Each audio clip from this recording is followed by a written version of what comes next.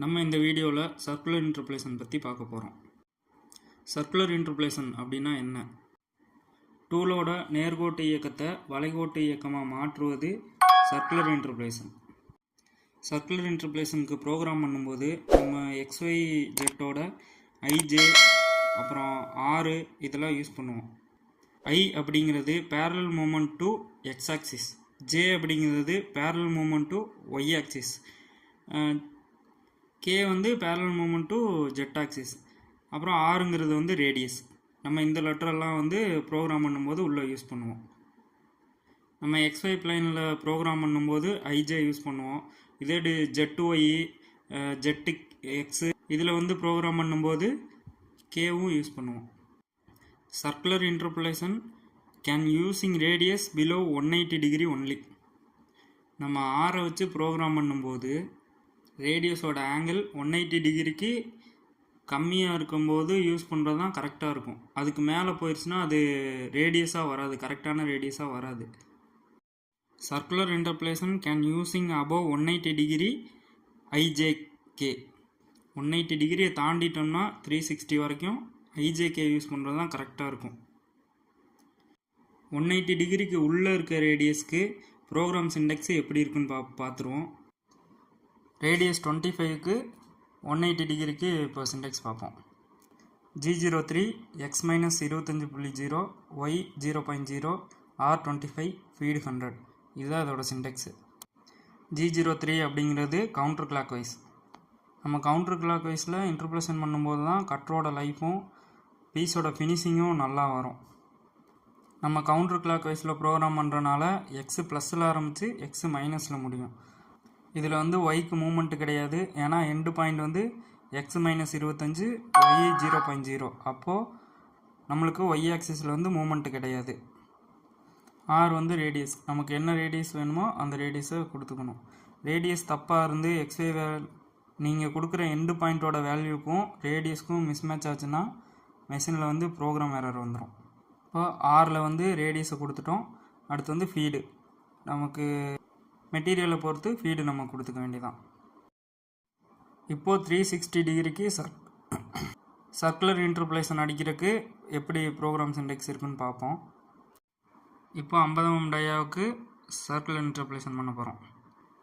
G01 x 25.00 y 0.0. கட்டரை வந்து சென்டர்லேருந்து 25 mm நகர்த்துறோம். ஒய்க்கு மூமெண்ட் இல்லை இதில். டயா வந்து 50, அதில் பாதி வந்து 25 mm, அதனால் நம்ம 25 mm எக்ஸில் நகர்த்துறோம். G03 I minus 25. ஐ ஏன் மைனஸ் 25 கொடுக்குறீங்க அப்படின்னா நமக்கு வந்து ஸ்டார்ட் பாயிண்ட்டும் எண்டு பாயிண்ட்டும் ஒரே பாயிண்ட் தான். நம்ம சர்க்குலர் இன்டர்போலேஷன் வந்து கவுண்டர் கிளாக் வைஸில் அடிக்கிறோம். அப்போது எக்ஸோட வெக்டர் வந்து ஸ்டார்ட் பாயிண்ட்லேருந்து மைனஸ் சைடு மூவ் ஆகுது, அதாவது எக்ஸ் மைனஸ் சைடு மூவ் ஆகுது. அதனால் I minus 25.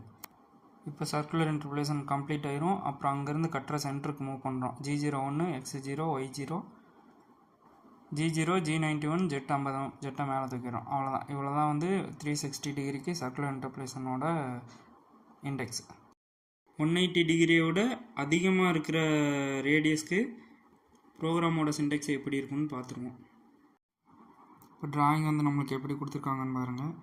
Radius 50 mm, starting angle வந்து 45 டிகிரி, எண்டிங் ஆங்கிள் வந்து 315 டிகிரி.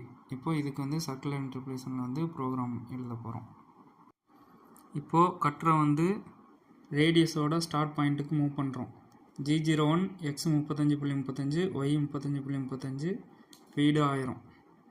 ட்ராயிங் இப்படி கொடுத்துருந்தா XY வேல்யூ எப்படி கண்டுபிடிக்கிறதுன்னு ஒரு வீடியோ போட்டிருக்கேன். XY வேல்யூ எப்படி கண்டுபிடிக்கிறதுன்னு அந்த வீடியோ பார்த்து தெரிஞ்சுக்கங்க. இப்போ கட்ரு ரேடியஸோட ஸ்டார்டிங் பாயிண்ட்டுக்கு போயிடுச்சு. இப்போ ஜெட்டு மைனஸ் 1 mm இறக்குறோம். ஃபீடு வந்து 100. அடுத்து கவுண்டர் கிளாக் வைஸில் இன்டர்போலேஷன் பண்ணுறோம். G03 x 35.35 y minus 35.35 I minus 35.35 j minus 35.35. இப்போ XYங்கிறது வந்து எண்டு பாயிண்ட், எக்ஸ் வந்து ப்ளஸ் 35.35, ஒய் வந்து மைனஸ் 35.35.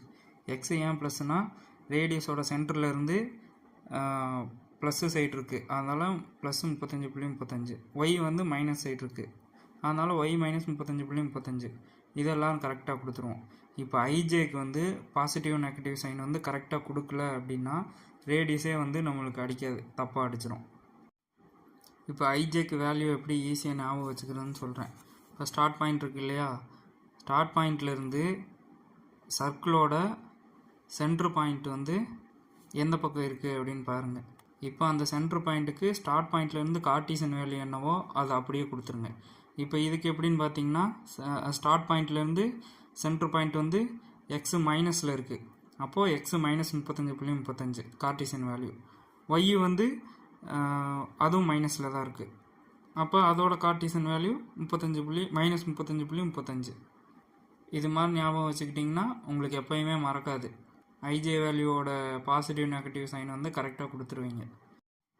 சர்க்குலர் இன்டர்போலேஷன் ஒரு ரவுண்ட் அடிச்சிட்டோம். இப்போ கட்டரை மேலே தூக்குறோம், ஹோம் பொசிஷன் கொண்டு போகிறோம், அவ்வளோதான். ப்ரோக்ராம் பண்ணும்போது கட்டர் காம்பன்சேஷனுக்காக ப்ரோக்ராம் பண்ணுங்க. ட்ராயிங்கில் என்ன வேல்யூ இருக்குது அதுக்காக ப்ரோக்ராம் பண்ணிவிட்டு கட்டர் காம்பன்சேஷன் யூஸ் பண்ணிக்கோங்க. அதுதான் உங்களுக்கு ஆல்ட்ரு பண்ணுறக்கும் ஃபாஸ்ட்டாக ப்ரோக்ராம் பண்ணுறக்கும் உங்களுக்கு ஈஸியாக இருக்கும்.